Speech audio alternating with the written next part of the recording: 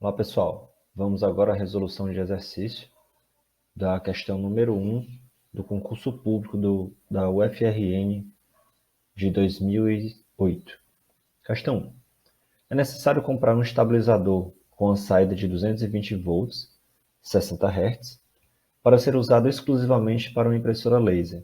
O manual de impressora diz que ela opera a uma corrente máxima de 6 amperes RMS. Sabendo-se que o preço do estabilizador cresce com a potência, para garantir o funcionamento adequado do equipamento a um menor custo, deve-se comprar um modelo de potência igual a 2000 watts, b 300 watts, c 1000 watts e d 1500 watts. Gravando. Olá pessoal, então agora depois da leitura da questão número 1 do concurso do FRN de 2008 para docente de física, vamos agora para a resolução. Um detalhe da questão é que lá ele falou da corrente máxima RMS de 6 amperes.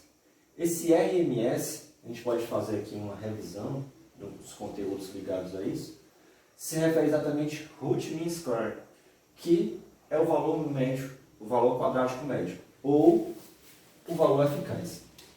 Esse valor é entendido, ele geralmente é buscado, exatamente quando você tem uma grandeza oscilante, que geralmente tem valores positivos e negativos. De tal forma que quando você faz o valor médio simples dele, geralmente você tem um valor igual a zero. Então, esse valor quadrático médio, ele é muito utilizado e ele é, por exemplo, o que aparece quando a gente utiliza algum dispositivo de medição, por exemplo, um multímetro digital. A tensão de 220 volts dado no problema, que é a tensão medida na nossa residência, na verdade ela não se trata da tensão de pico ou a tensão instantânea, mas sim uma tensão quadrática média ou então uma tensão eficaz.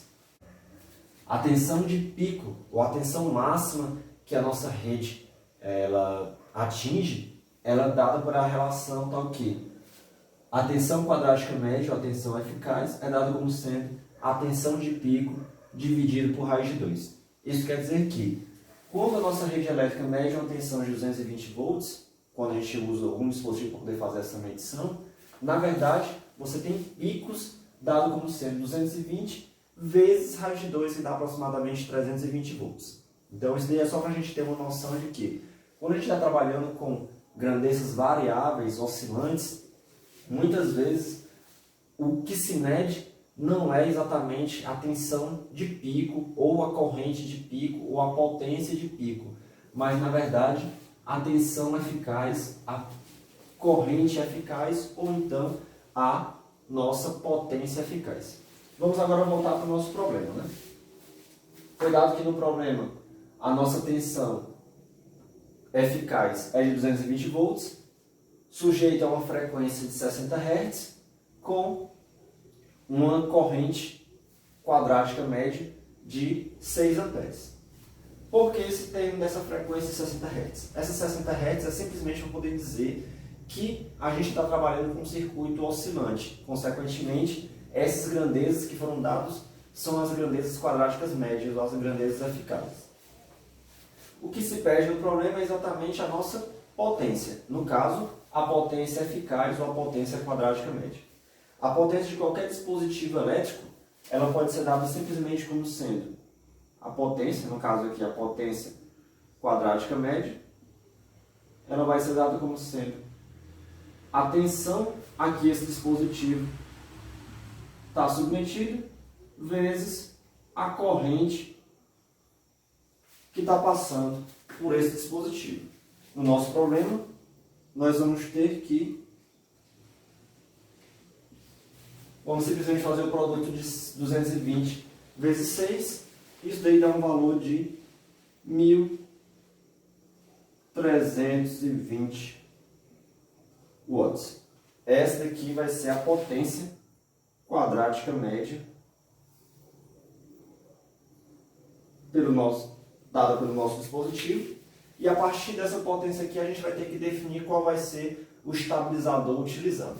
As nossas opções são 2000 watts, 300 watts, 1000 watts e 1500 watts.